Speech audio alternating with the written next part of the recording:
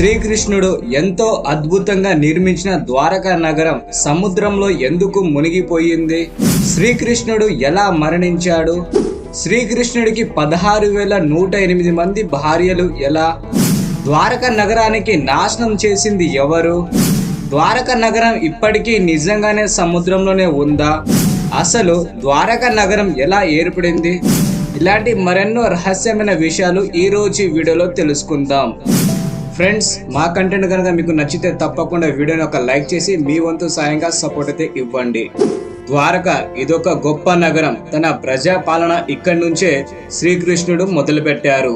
అసలు ద్వారక నగరం ఎలా ఏర్పడిందంటే, కృష్ణుడు కంసుని చంపాక కంసుని 2 భార్యలు ఆస్తి మరియు ప్రాప్తి వారి తండ్రి అయిన జలేంద్రుడి దగ్గరికి వెళ్లి తమ భర్తని చంపిన శ్రీకృష్ణుని చంపి ప్రతీకారం తీర్చుకోమని కోరుతారు. కూతుర్ల మాట విన్న జలచంద్రుడు అప్పటి నుంచి శ్రీకృష్ణుని హతమార్చాలని అనుకుంటాడు. కానీ అలా జరగదు. అప్పటి నుంచి జలచంద్రుడు ఏం చేస్తాడంటే, మధురా నగరం పైన తరచూ దాడి చేసేవాడు. ఆ దాడి వల్ల తన ప్రజలకి హాని కలుగుతుందని శ్రీకృష్ణుడు దానికి గమనించి తన ప్రజలు నివసించడానికి ఒక కొత్త నగరం కావాలి అని ఆలోచన వస్తుంది శ్రీకృష్ణుడికి. కృష్ణుడు అప్పుడు సముద్ర భాగంలోని కొంచెం భూభాగం ఇవ్వమని సముద్ర దేవుణ్ణి కోరుతాడు. అప్పుడు సముద్ర దేవుడు 12 యోజనాల భూభాగాన్ని శ్రీకృష్ణుడికి ఇస్తాడు. ఈ 12 యోజనాలు కలిగి ఉన్న భూభాగంలో నీ రాజ్యం నిర్మించుకో అని శ్రీకృష్ణుడికి సముద్ర దేవుడు కోరుతాడు. ఆ భూభాగంలో కట్టిందే ద్వారకా నగరం. గుజరాత్ రాష్ట్రంలోని సౌరాష్ట్ర నగరంలో ప్రయాణ దీపం నుంచి పశ్చిమ దిశ వెళ్తే కనిపిస్తుంది ద్వారకా నగరం. ద్వారక చాలా పెద్ద నగరం. అక్కడ లక్షల భవనాలు ఉన్నాయి. ద్వారకా నగరాన్ని 6 విభాగాలుగా నిర్మించారు. శ్రీకృష్ణుడు తన ప్రజలకి ఎలాంటి లోపాలు లేకుండా ఈ నగరాన్ని నిర్మించడం జరిగింది. అయితే ఈ నగరంలోని కొన్ని భవనాలు బంగారంతో నిర్మించడం అయితే జరిగింది. అప్పట్లోనే ద్వారకా నగరంలో లక్షల మంది నివసించే వాళ్ళని చెప్తూ ఉంటారు.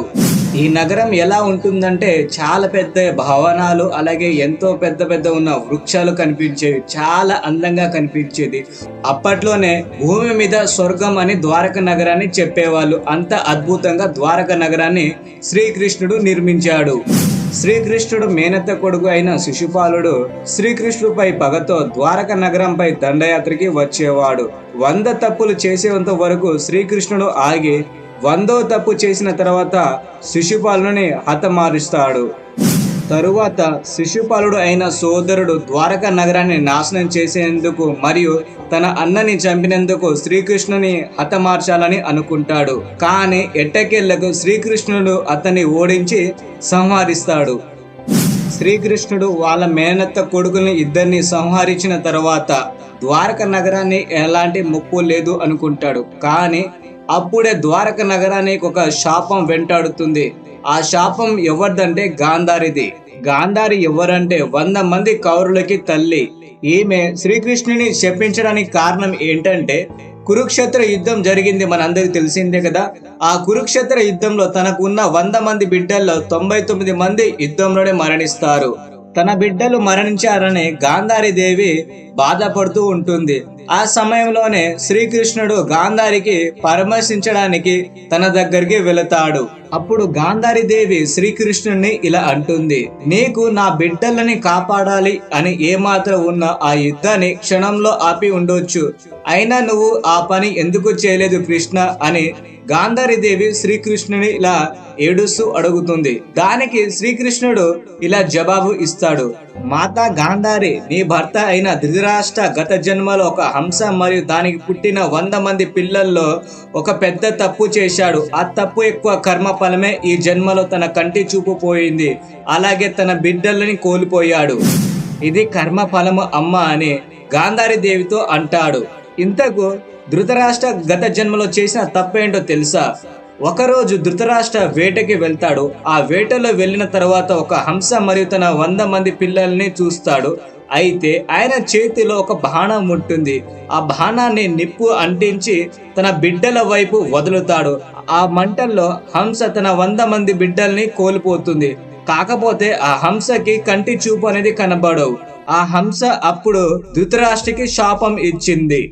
ఈ సమాధానం విన్న తర్వాత గాంధారి దేవి శ్రీకృష్ణుడికి ఇలా అంటుంది, నా భర్త తప్పు చేశాడు, అతనికి ఆయన కర్మఫలం దక్కింది, కానీ నేను ఏ తప్పు చేయలేదు కృష్ణ, నాకు ఎందుకు అంత పెద్ద శిక్ష విధించావు అని గాంధారి దేవి శ్రీకృష్ణునికి అడుగుతుంది. శ్రీకృష్ణుడు చిన్న చిరునవ్వుతో గాంధారి దేవి వైపు చూస్తాడు. గాంధారి దేవి అప్పటికే చాలా కోపంలో ఉంటుంది. అప్పుడు శ్రీకృష్ణుడికి శపిస్తుంది. గాంధారి దేవి శ్రీకృష్ణుడికి ఎలా అంటుందంటే, కృష్ణ, నువ్వు ఏదైతే ద్వారక నగరం నిర్మించావో ద్వారక నగరం మొత్తం సముద్ర ఉప్పు నీరులో మునిగిపోతుంది, నీ యాదవుల వంశం మొత్తం సర్వనాశనం అవుతుంది, నా బిడ్డలను ఎలా కోల్పోయానో నువ్వు కూడా నీ యాదవుల వంశం మొత్తం కోల్పోతావని గాంధారి దేవి శ్రీకృష్ణుడికి శపిస్తుంది. అసలు గాంధారి దేవి శాపం వలన ద్వారక నగరం మొత్తం మునిగిపోయింది. అలాగే 16,108 మంది గోపికలని ఎలా కృష్ణుడు పెళ్లి చేసుకున్నాడు, శ్రీకృష్ణుడు ఎలా మరణించాడు, మరణించిన తర్వాత ఆయన దేహం ఏం చేశారు అనే విషయాల గురించి మనం పార్ట్ 2 వీడియోలో తెలుసుకుందాం. మా వీడియో మీకు నచ్చితే లైక్ చేసి ఛానల్ని సబ్స్క్రైబ్ చేసుకోండి. పార్ట్ 2 వీడియో త్వరలో తీసుకొస్తాను.